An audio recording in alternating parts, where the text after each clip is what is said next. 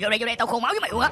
Mày miệng nhẫn ha, để tao chờ coi người bố láo được bao lâu. Ủa mà sao nhiên mắt em kỳ vậy anh? Nhìn mày thấy ghét quá tao bắt cho bỏ ghét, chứ cái mặt anh thấy cưng quá ha. Dĩ nhiên, má tao nói tao đẹp trai nhất sớm luôn á. Đẹp trai như khỉ á, nhìn kỹ giống trâu, nhìn lâu giống chó. Tao xem nói như một lời khen, người ta nói đúng mà, mấy thằng xấu xấu hay ganh tị lắm. Đẹp trai có gì sai.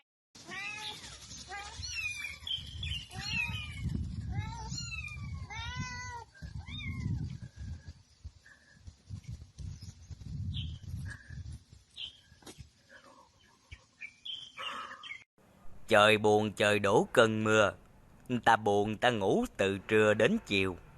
Ngủ xong dậy ăn cơm chiều, ăn xong lại ngủ từ chiều đến mai.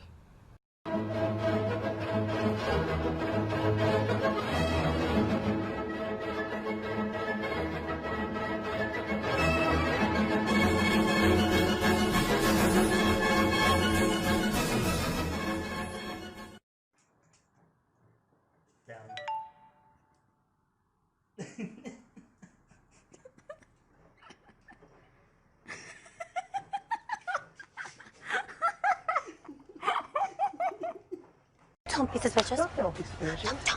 Don't be suspicious. Don't be suspicious. Don't be suspicious. Don't be suspicious. Don't be suspicious. Don't be suspicious. Thôi, tôi sợ lắm rồi. Đừng có rủ tôi nhậu nữa. Tôi thấy bia rượu rồi tôi nóng lạnh quá. Thôi đừng rủ tôi nhậu nữa làm ơn đi. Dạ ai rủ tôi nhậu nữa báo ngàn bắt ráng chiều. Trời ơi nhậu.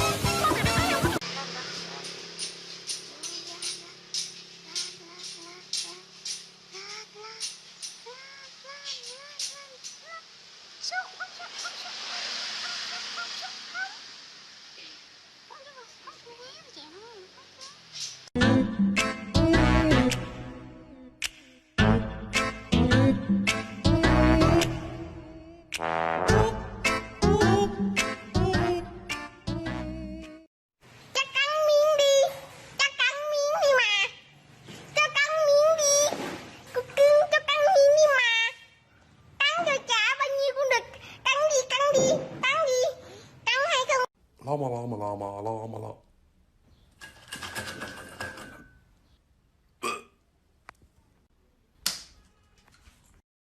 Em tên thật là em tên Thiên Lý. Em có lỡ giật chồng bà kia. Giật chồng bà kia bả lợi bả chửi. Tìm đến nhà trọ chửi em luôn. Cả kêu em ra đây nói chuyện. Em ngu gì em ra.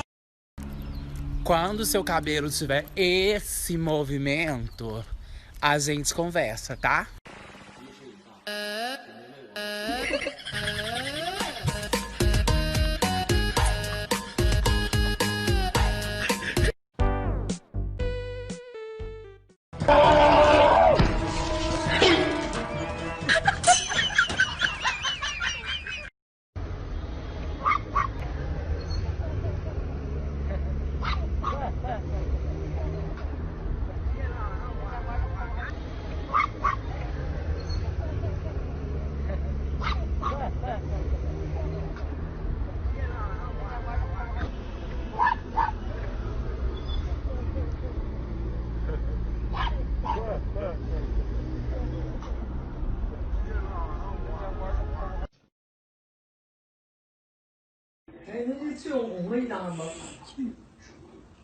佩佩，你今天不吹蜡烛啦？